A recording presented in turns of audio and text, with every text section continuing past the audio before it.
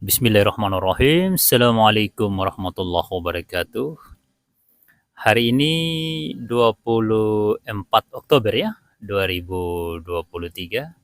Kita sedang duduk santai sambil berbincang tentang segala hal, terutama tentang program-program ke depan eh, legislatif atau DPRD Pulau Taliabu di masa akan datang. Termasuk apa harapan masyarakat kepada pemerintahan yang akan datang untuk Taliabu yang lebih baik.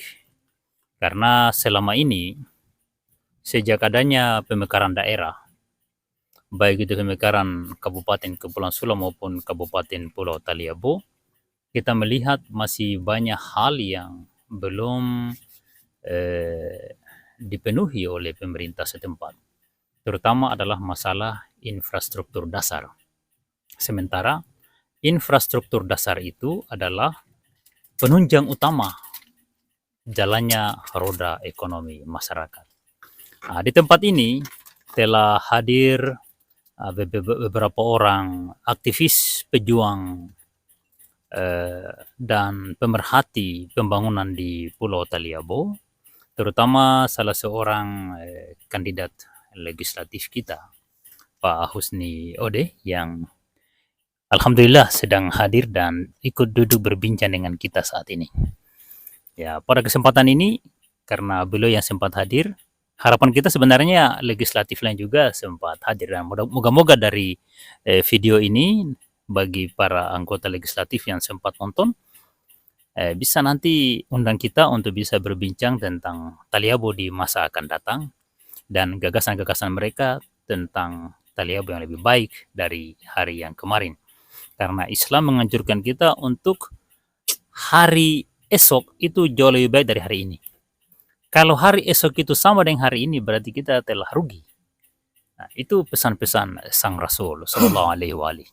Nah, olehnya itu kebetulan di tempat ini hadir salah seorang pejuang Taliabu, salah seorang tokoh masyarakat dan juga seorang calon legislatif pada Pilkada 2024 ini. Sehingga kita berharap dari beliau ada ide-ide cerdas, ide-ide yang bisa membawa Taliabu kepada arah yang lebih baik. Nah, kepada beliau saya silakan untuk menyampaikan apa yang bisa diutarakan. Oke, terima kasih banyak. Assalamualaikum warahmatullahi wabarakatuh. Waalaikumsalam Iya, tentu semua pertanyaan yang disampaikan kepada saya ini adalah bagian daripada bentuk di mana saya harus melakukan frekuensi terkait dengan apa yang saya niatkan untuk legislatif. Jadi bertanya tentang negeri dan kemudian Taliabu ke depan seperti apa, tentu jawabannya bahwa apa yang terjadi hari ini menurut masyarakat Pulau Taliabu atau kita semua ini tidak puas dengan apa yang disuguhkan oleh para DPR kita, pemerintah kita. Nah, intinya kalau saya pribadi, saya akan jawab bahwa pertama, jika saya ingin menuju legislatif atau ke DPR ini, salah satunya bagaimana saya butuh perubahan negeri ini. Ya, butuh perubahan. Di mana negeri ini tidak banyak kita dapat apa yang disebut dengan kesejahteraan masyarakat. Seperti yang kita harapkan ini tentu butuh figur-figur atau orang-orang yang ada niat baiknya untuk kepentingan negeri. Nah, melangkah demi satu langkah untuk bagaimana berpikir tentang negeri, ini butuh energi yang sangat besar. Baik segi fisik, pemikiran, dan gagasan. Jadi kalau saya pribadi, rencana atau cita-cita saya bagaimana saya ke DPR, salah satunya saya tidak cukup puas dengan apa yang terjadi di saat ini. Niat saya bagaimana saya akan, jika saya terpilih nanti, saya akan mengawal kebijakan-kebijakan pemerintah yang bagaimana dengan kepentingan pro rakyat. Misalnya dari segi infrastruktur, apakah itu jalan dan pembangunan lainnya, tentu butuh pengawasan. Nah, kita mengarah ke pengawasan ini tentu para calon DPR ke depan ini kan minimal harus mengetahui fungsi dan tugasnya. Jika DPR atau calon DPR yang bakal nanti terpilih yang tidak mengetahui bagaimana dia punya fungsi dan tugas, itu sama juga dengan kejadian masa lalu, dengan DPR masa lalu. Nah, harapan saya ke depan ini, di mana DPR-DPR kita yang sudah mau berakhir masa kerjanya, yakin di luar sana bahwa tentu kita atau saya yang mencalonkan diri ini hadir dari orang yang bukan dari kalangan pejabat, bukan dari orang kaya. Ya, yang jelasnya saya dari warga marhanis atau orang kecil. Tentu seberapa jauh kepentingan rakyat Pulau Taliabu itu yang akan rasa betapa sulit dan bagaimana yang terbaiknya itulah masyarakat kecil. Apalagi kita hadir dari masyarakat anak tani, anak nelayan yang banyak mendapatkan masalah yang begitu banyak di luar sana. Pertama masalah pekerjaan, keterbatasan finansial dan segala macam. Nah, kalau di sana atau yang terjadi selama ini adalah DPR yang calon dari kalangan pejabat atau dari orang kaya, mereka tidak pernah rasa apa yang kita rasa saat ini. Kebanyakan mereka hanya rasa yang indah-indah, yang enak-enak saja. Tapi kita yang betul-betul dari orang kecil atau dari masyarakat tani atau nelayan ini, tentu hal ini kita sangat rasa bahwa begitu banyak sulitnya yang selama ini kita tidak dapat pelayanan yang maksimal dari pemerintahan yang ada ini. Jadi teman-teman yang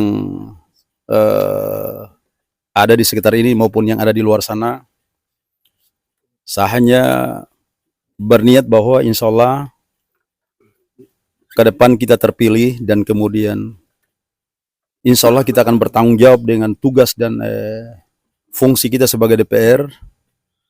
Bagaimana kita harus belajar bagaimana dengan tugas-tugas DPR yang semestinya. Niatnya bagaimana kita bisa menciptakan Taliabu ke depan yang lebih baik. Taliabu Barat Laut yang sejajar juga sama dengan daerah lain. Tidak justru hanya kita didengar di luar sana bahwa Taliabu itu luar biasa, punya sumber daya alam yang mumpuni, tapi kita tidak dapat banyak manfaat dari semua itu. Jadi sekilas tentang apa yang saya sampaikan lewat video ini, mudah-mudahan menjadi inspirasi atau lebih baik ke depan. Kita berharap Taliabu itu juga harus sama sejajar dengan daerah lain. Karena kita sangat berharap bahwa jika hari ini hanya seperti ini, tentu tidak seperti apa yang diamanahkan oleh undang-undang bahwa pemerataan itu akan ada di seluruh Indonesia. Oke, sampai sini dulu sekilas apa yang saya sampaikan. Mudah-mudahan ada manfaatnya untuk kita semua. Wassalamualaikum warahmatullahi wabarakatuh. Waalaikumsalam warahmatullahi wabarakatuh. Jadi itu adalah selayang pandang atau sebuah gagasan untuk Taliabu di masa akan datang dari salah seorang calon anggota legislatif dari salah satu partai politik ya. Ya, tidak apa-apa kita sebut nama partainya, dari Partai PDIP Perjuangan. Ya, terus melihat situasi yang ada di Pulau Taliabu dari kepemimpinan seorang yang lahir dari satu rumpun keluarga, dan itu kita ketahui bergantian dari kelompok itu, dan ini terkesan ada upaya untuk membangun sebuah dinasti politik, tapi minim prestasi. Artinya tidak sesuai apa yang disampaikan dan yang dialami oleh masyarakat. Sebagaimana yang dulu pernah mereka gaungkan di seputaran tahun 2005, bahwa mereka akan membangun jalan lingkar keliling Pulau Taliabu, bahkan menghubungkan dua pulau, Pulau Taliabu dan Pulau Mangoli, dengan sebuah jembatan darat seperti jembatan Suramadu. Ya, dan itu juga mereka sempat gaungkan ketika mereka calon gubernur Maluku Utara. Kita tidak sebut oknumnya siapa. Saat itu mereka juga membangun isu untuk membangun jembatan Temadore, Ternate, Maitara, Tidore. Tiga pulau ya, Pulau Ternate, Pulau Maitara, Pulau Tidore itu digabung dengan satu jembatan darat. Itu sempat mereka gaungkan isu itu. Sebagaimana juga pernah mereka gaungkan di tahun 2005, dan selama 2 periode oknum tersebut jadi bupati ternyata tidak benar. Bahkan jembatan air lise antara dua kecamatan yang terbesar di Pulau Taliabu, Kecamatan Telawa Barat Laut dan Kecamatan Lede, sampai hari ini jembatannya mangkrak dan tidak bisa diselesaikan. Menyikapi hal-hal seperti ini, kira-kira apa yang harus dilakukan oleh para pejuang dan pemuda-pemuda Taliabu? Menurut Pak Darwin bagaimana kira-kira itu? Silakan. Silakan. Di follow up Pak. Silakan. Ya, apa yang bisa disampaikan? Barangkali Pak Sabir ada yang bisa disampaikan. Di follow up. Kira-kira ada. Namanya judulnya follow up Pak. Silakan. Di follow up Pak. Kayaknya mau komentar bagaimana. Atau Pak Caleg bagaimana? Barangkali ada, saya ada ide-ide yang cerdas yang bisa disampaikan. Apa yang harus kita antisipasi dengan oknum-oknum seperti ini yang selalu menggaungkan cerita-cerita manis, tapi ternyata cerita itu hanya indah di telinga tapi minus pada kenyataan. Tidak sesuai antara ucapan dan fakta. Ya, oknum macam ini kalau dibiarkan terus kira-kira bagaimana? Karena sudah cukup lama masyarakat kita menderita. Dan ternyata juga masyarakat kita ini senang juga dengan cara-cara seperti itu. Toh apakah itu gangguan jiwa atau apa kira-kira itu menurut Bapak itu bagaimana? Iya, terima kasih Pak Ustadz. Jadi kalau mau dijawab juga sih, ini sebenarnya ya sekilas apa yang kita rasa ya kita jawab sesuai dengan apa yang kita miliki. Jadi mempertahankan sesuatu yang pada akhirnya tidak ada manfaatnya untuk kita dan tidak banyak memberikan kemaslahatan umat, tentu itu harus kita ada efek jerah, di mana kita harus sudah tidak ceroboh memilih untuk kedua dan ketiga kalinya. Jadi harapan kita butuh pemimpin yang tidak hanya sekedar janji atau sekedar memberikan harapan-harapan tapi tidak ada bukti-bukti nyata. Nah, pemimpin masa depan kita artinya Bupati Pulau Taliabu ke depan itu kan butuh pemikir-pemikir yang betul-betul pemimpin yang punya gagasan, ide yang pro rakyat dan kemudian terbukti. Apa yang kita alami hari ini memang kalau dibilang cukup sakit, karena kalau terus-terusan begini tentu masyarakat kita kan hanya bisa mendapatkan hal-hal sesaat, tapi tidak banyak dapat hal-hal yang bermanfaat untuk jangka panjang. Jadi pentingnya kita memilih pemimpin masa depan itu yang punya gagasan, yang punya ide, ya pasti untuk gagasan maju. Tidak hanya kita monoton, kita berada di tempat saja, tapi tidak bergerak maju. Terbukti hari ini sejumlah progres yang dicanangkan oleh pemerintah kita kan semua hampir rata-rata tidak memberikan sesuatu yang terbaik. Hanya bisa dimulai tapi tidak bisa diakhiri. Jadi untuk yang kita rasakan hari ini pasti bahwa kita masih butuh sesuatu perubahan yang lebih besar lagi. Oke, begitu dulu. Nanti kita sambung lagi. Ya, oke. Jadi sebenarnya menyampaikan sesuatu yang menjadi kendala bagi masyarakat umum itu hukumnya dalam Islam, dalam agama-agama samawi yang Tuhan pernah turunkan kepada segenap umat manusia sepanjang sejarah, itu adalah hal yang wajib. Itu hal yang wajib. Ada satu pesan ilahi dalam Al-Quran surat Al-Ma'idah ayat 78-79, di mana Tuhan pernah mengutuk masyarakat zaman dahulu kala melalui lisannya Nabi Daud dan Nabiullah Isa putra Maryam. Karena masyarakat pada zaman itu melakukan kejahatan yang berlebihan. Dan salah satu faktor yang membuat mereka dikutuk itu adalah karena mereka tidak mau mencegah kejahatan itu. Kejahatan yang mereka telah lakukan itu mereka biarkan dan mereka menjadi penonton. Nah, kalau tidak salah ayatnya seperti ini. Lu'inal ladzina kafaru min bani Israila ala lisani Dawud wa Isa bin Maryam zalika bima asaw wa kanu ya'tadun.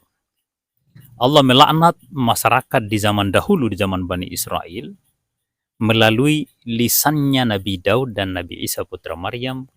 Itu diakibatkan mereka asau, berbuat kejahatan, wa kanu ya'tadun, dan kejahatan itu berlebihan. Manusia tidak bisa lepas dari kesalahan, karena manusia itu dalam sebuah hadis adalah mahallul khata' wan nisyan. Tempatnya lupa dan salah, tempatnya salah dan lupa.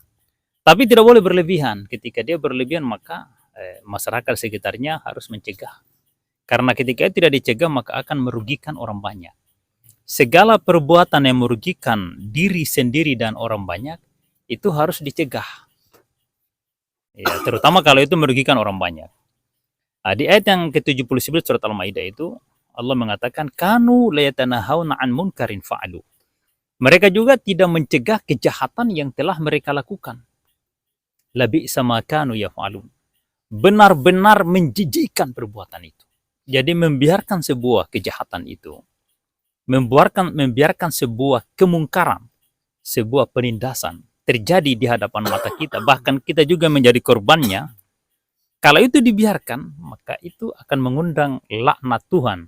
Memang Tuhan tidak langsung melaknat, tapi laknat itu terjadi melalui lisannya orang-orang saleh di tempat itu.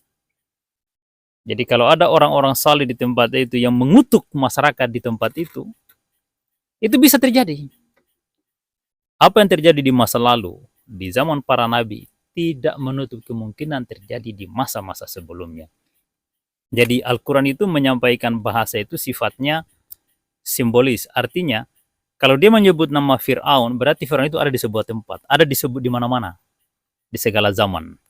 Kalau dia menyebut seorang nabi yang berjuang, maka ada pejuang di mana-mana, ada martir, ada mujahid, ada orang-orang yang mau berkorban di sepanjang zaman, tidak peduli apa agamanya.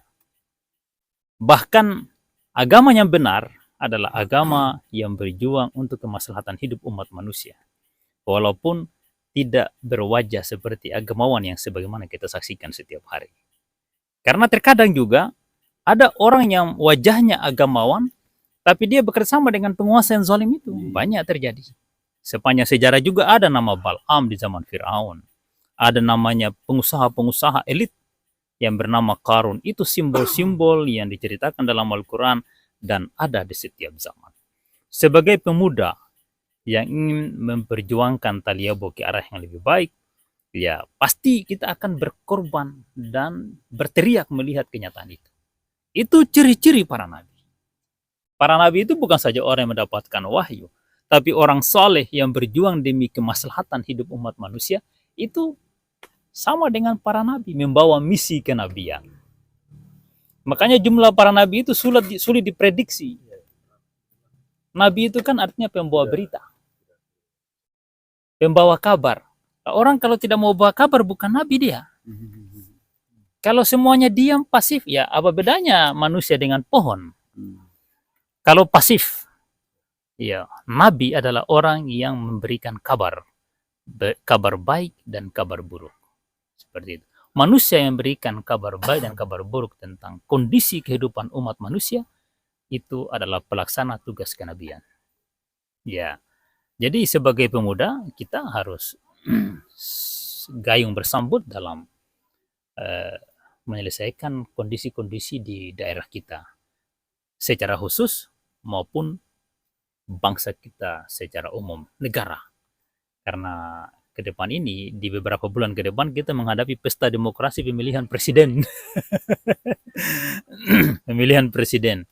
Ya, kita tidak perlu menyebut nama presiden yang kita inginkan, tapi gagasan-gagasan yang ada pada mereka, para calon itu, ya itu perlu kita diskusikan tentang bagaimana pemberantasan kemungkaran yang namanya korupsi ini.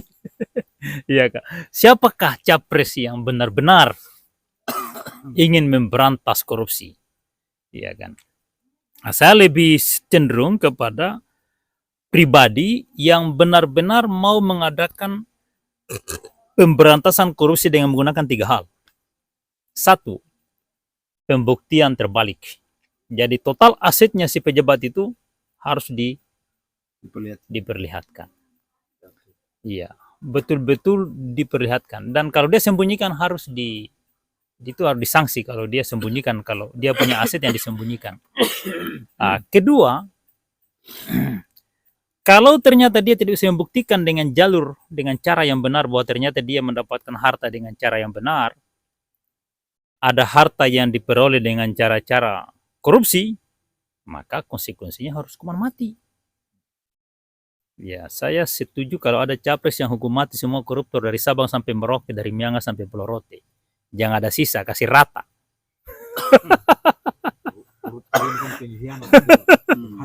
Iya, negeri kita, Indonesia, adalah sebuah negara yang lahir dengan perjuangan berdarah. Banyak leluhur bangsa ini yang mati, terbantai, terpanggang, dirampok, diperkosa nenek moyang bangsa Indonesia demi sebuah kemerdekaan. Dan setelah Indonesia merdeka, ada oknum-oknum yang mengambil manfaat dari kemerdekaan itu, memperkaya dirinya dan membiarkan anak cucu para pejuang itu hidup dalam penderitaan. Ini tidak bisa ditoleransi.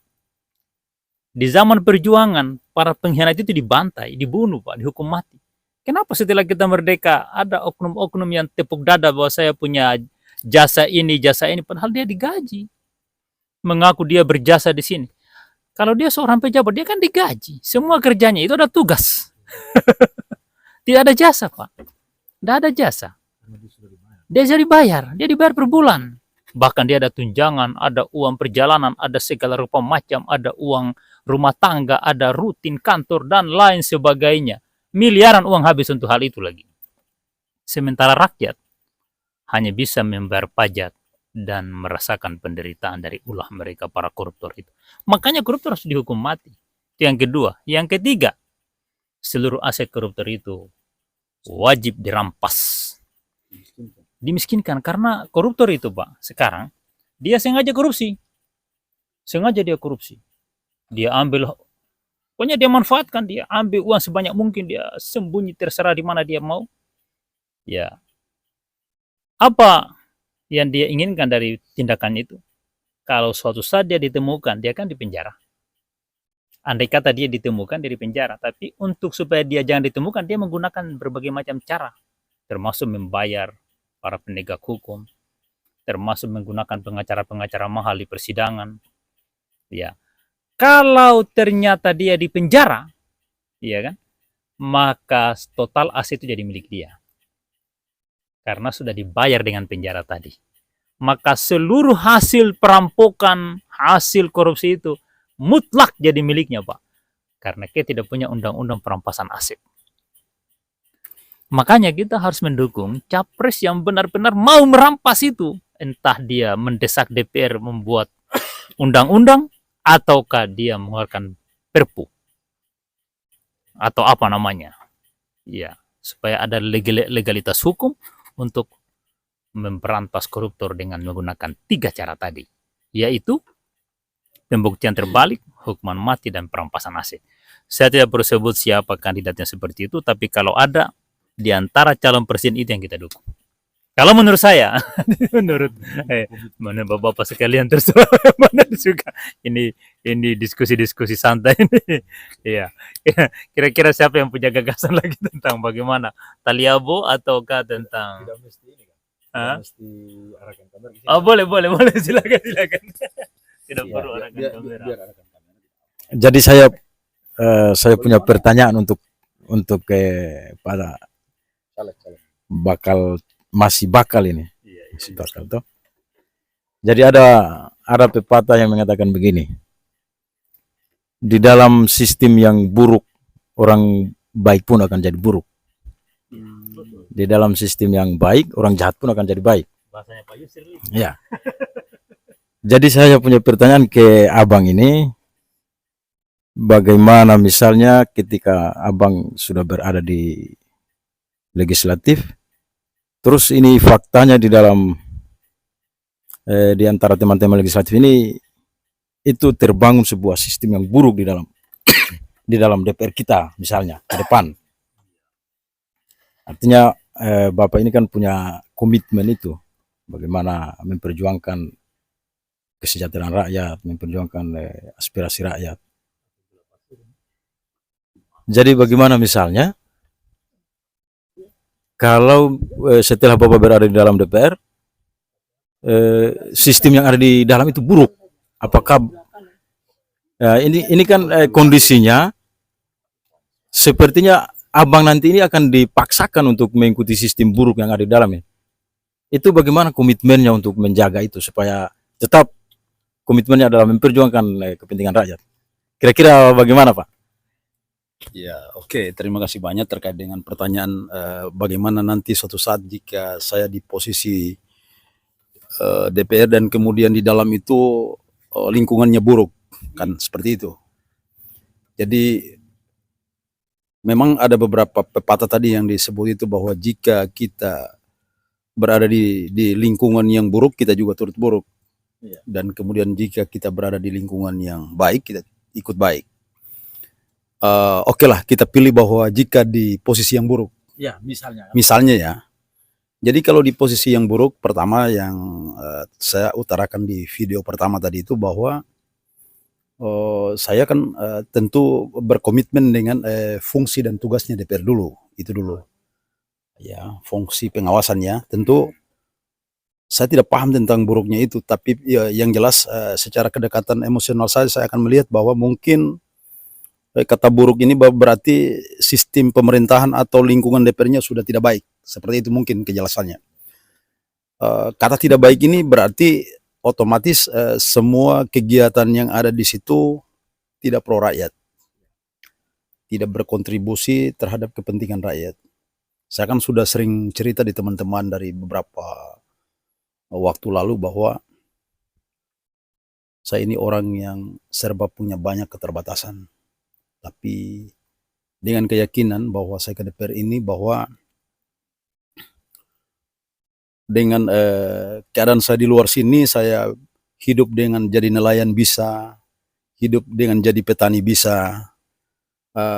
Sebagai DPR ini adalah kerja-kerja tambahan untuk bagaimana kepentingan masa depan dan kemudian kepentingan orang banyak. Itu pertama itu untuk kepentingan orang banyak. Nah, kalau di sana kemudian saya misalnya seorang diri yang akan mempertahankan legalitas, menyuarakan kepentingan orang banyak, mempertahankan legalitas DPR yang sebenarnya saya tidak bisa lakukan dengan sendirinya saya. Tentu saya akan sampaikan ke masyarakat luas bahwa di dalam sana memang tidak ada tempatnya saya. Kira-kira menurut warga atau masyarakat seperti apa itu misalnya? Kalaupun iya, saya minta solusi. Iya, kalaupun pada akhirnya juga itu tidak bisa, kenapa saya tidak keluar dari tempat yang tidak bersih itu? Kan begitu, Pak. Kan DPR ini kan bukan tempat orang mengais rezeki atau untuk orang mau kaya di situ, bukan. Kalau saya, Pak, kalau orang mau cari kekayaan atau mau cari kelebihan, bukan di DPR, bukan di pemerintahan, Pak. Harus berbisnis atau kerja lain di luar sana. Saya ke situ, ke rencana ke DPR ini bukan mau cari kekayaan di sana, bukan. Semata-mata saya ingin mengabdi di usia-usia yang seperti saya ini cukup matang ya. Usia 50 tahun sekian ini kan cukup matang. Paling tidak di usia yang ada ini saya ingin mengabdikan saya punya usia ini ke hal-hal yang lebih baik, yang positif. Itu insya Allah. Insya Allah. Karena lagi-lagi saya mau bilang bahwa di DPR itu bukan satu-satunya tempat untuk mencari rezeki atau mencari kelebihan. Bahkan itulah pekerjaan yang sangat beresiko bagi saya. Bagaimana saya harus mempertahankan, memperjuangkan kepentingan orang banyak demi kemaslahatan umat. Dan selama ini kita juga seringkali duduk di para-para, seringkali berinteraksi dengan pemerintah, bagaimana dengan kepentingan orang banyak. Tapi tidak banyak dilihat. Nah, kita berharap bahwa mudah-mudahan saya juga sampai ke sana, saya ingin tahu apa sebenarnya yang terjadi di dalam. Gitu. Apa yang terjadi di DPR itu. Kenapa justru hak-hak rakyat, kepentingan publik yang selama ini justru jadi tanggung jawabnya pemerintah, dan kemudian fungsi-fungsi DPR itu harus dia jalan, kenapa hari ini tidak jalan? Ini yang membuat saya tertarik ke DPR itu. Tapi saya lagi-lagi mau bilang bahwa di DPR itu bukan satu-satunya tempat mengais rezeki, bukan. Kalau menurut saya bukan. Bukan di situ tempatnya. Kalau pada akhirnya di sana itulah tempat mengais rezeki atau mencari kelebihan, bukan di situ, di luar sana.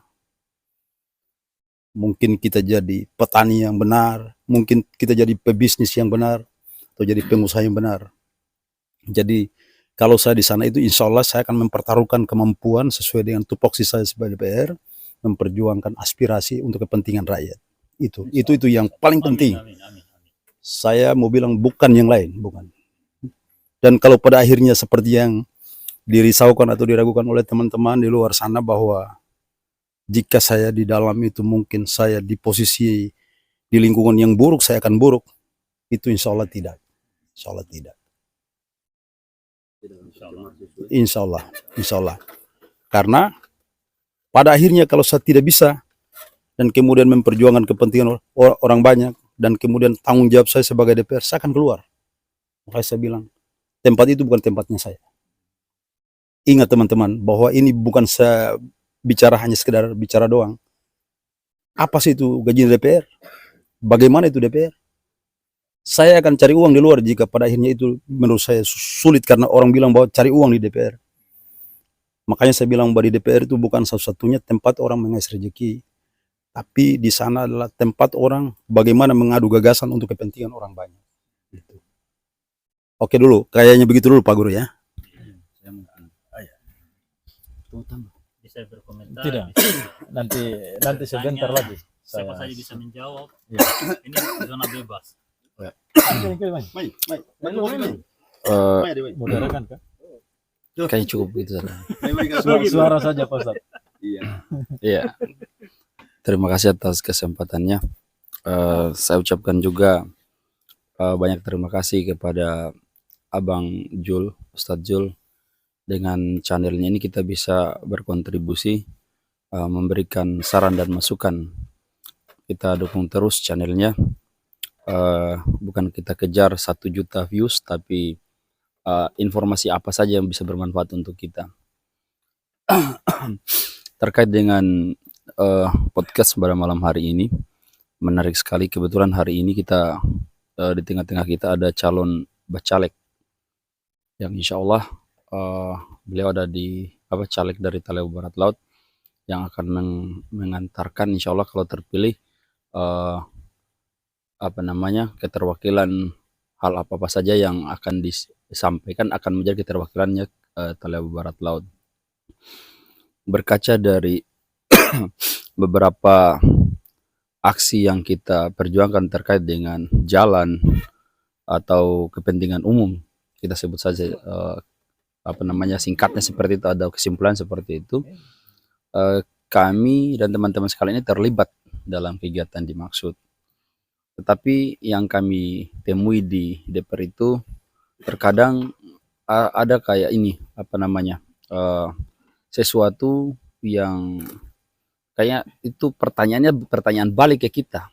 Ya, seharusnya mereka itu menampung aspirasi, tapi pada kenyataannya mereka itu menunggu atau kerjanya di belakang meja.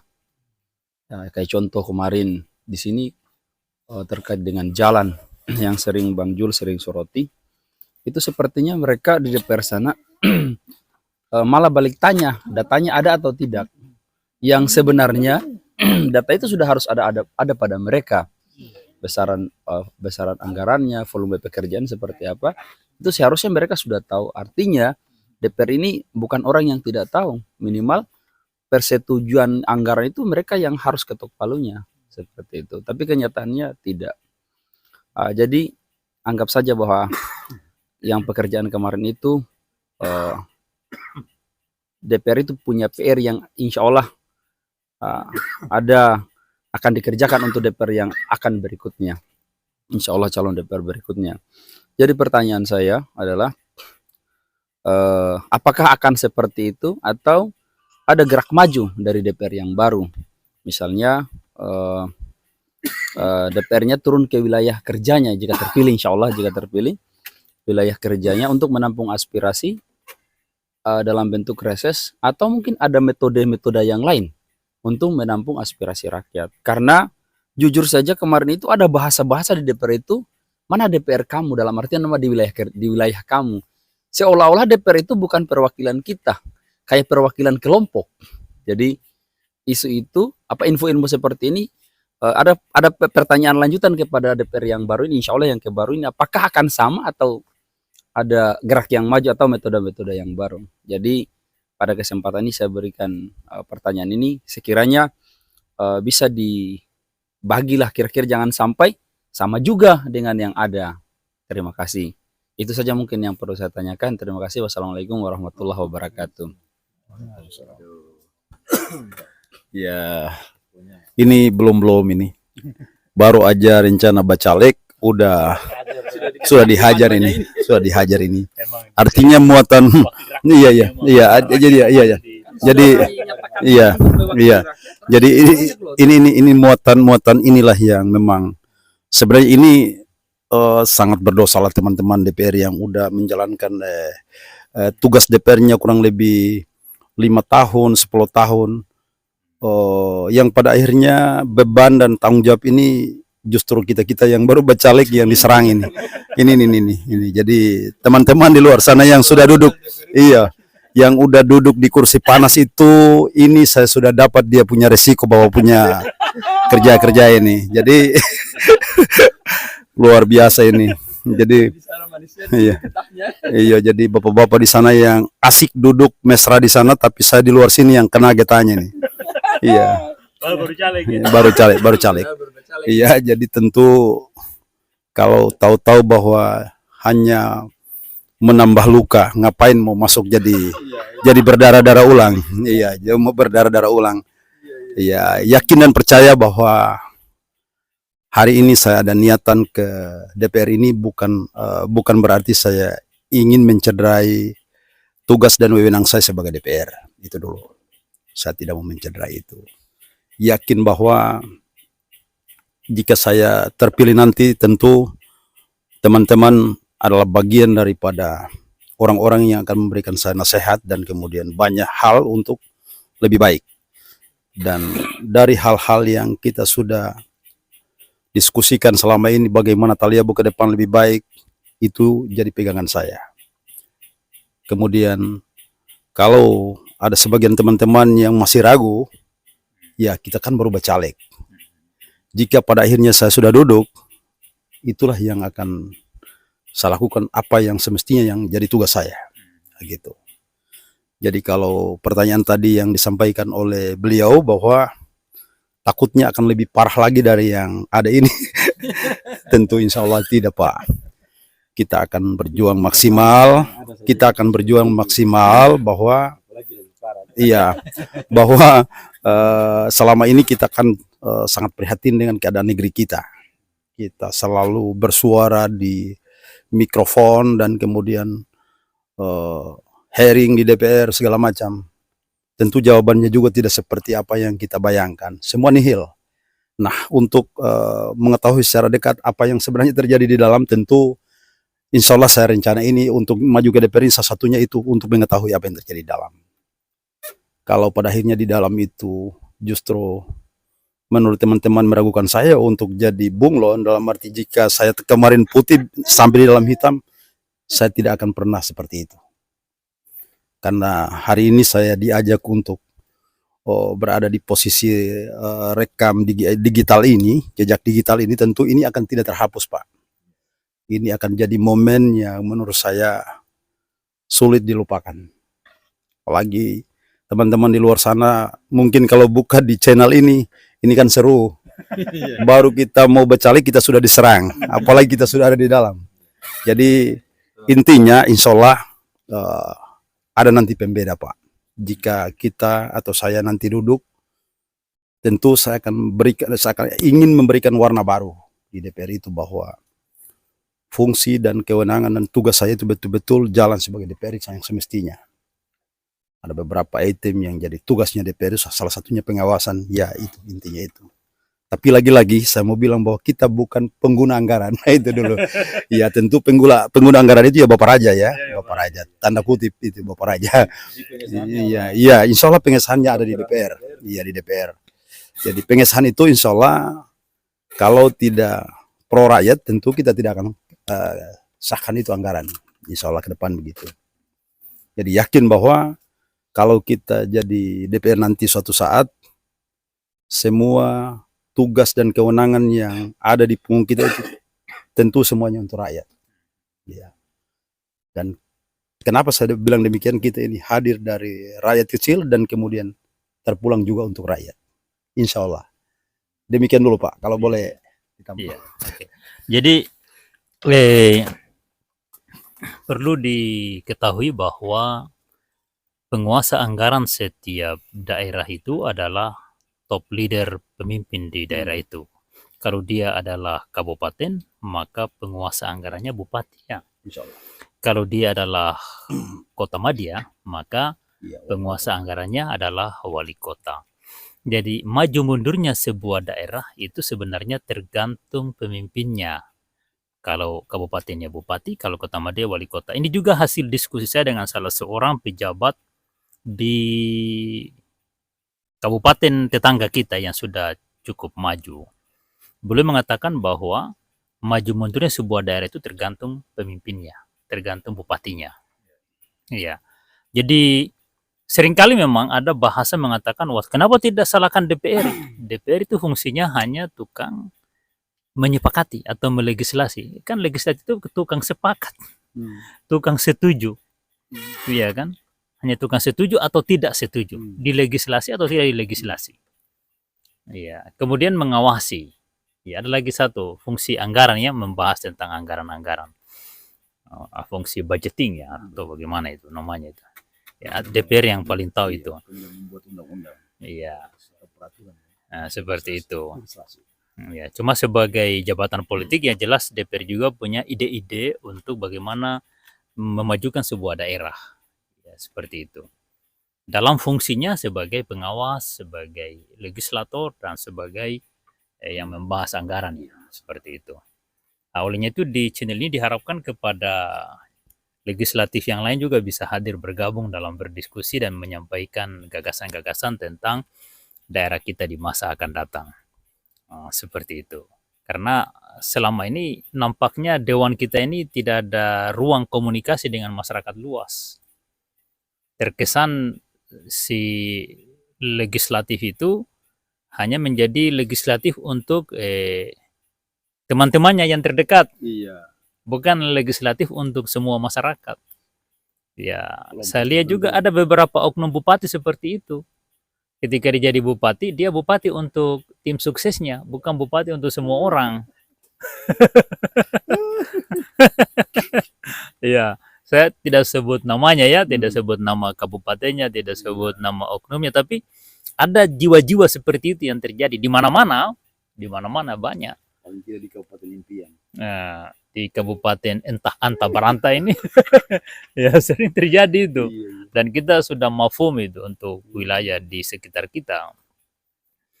Ya, saya pernah mampir di sebuah kabupaten tetangga.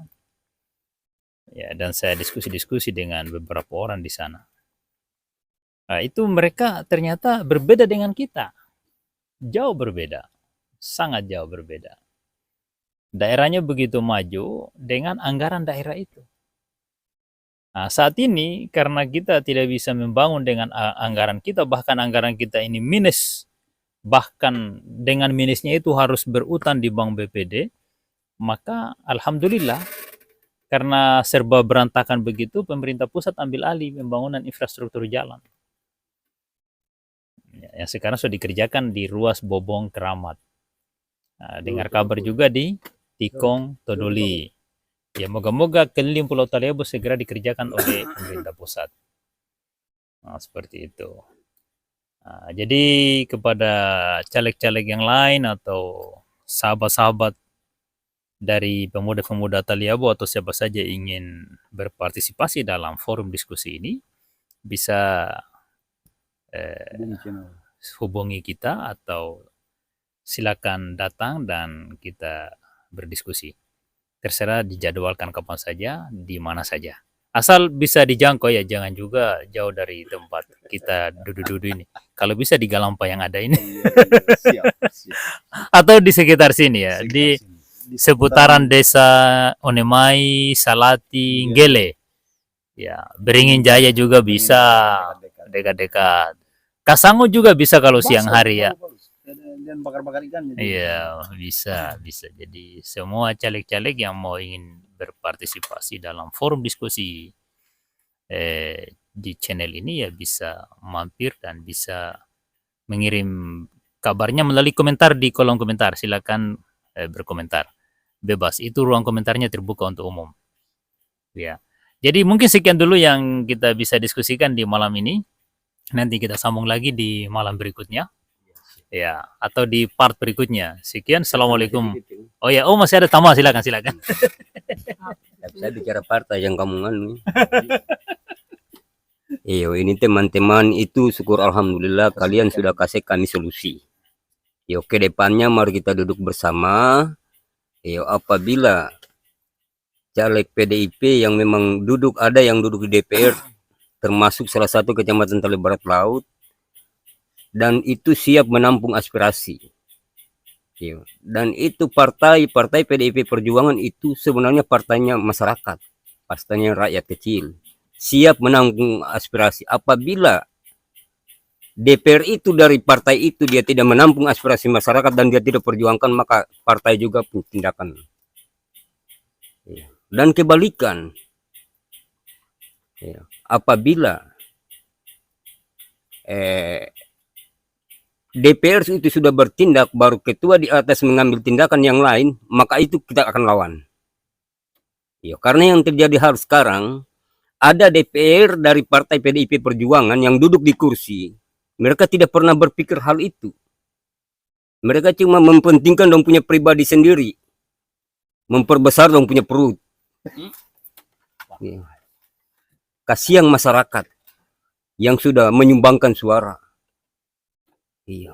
Bertentangan dengan instruksi ketua umum.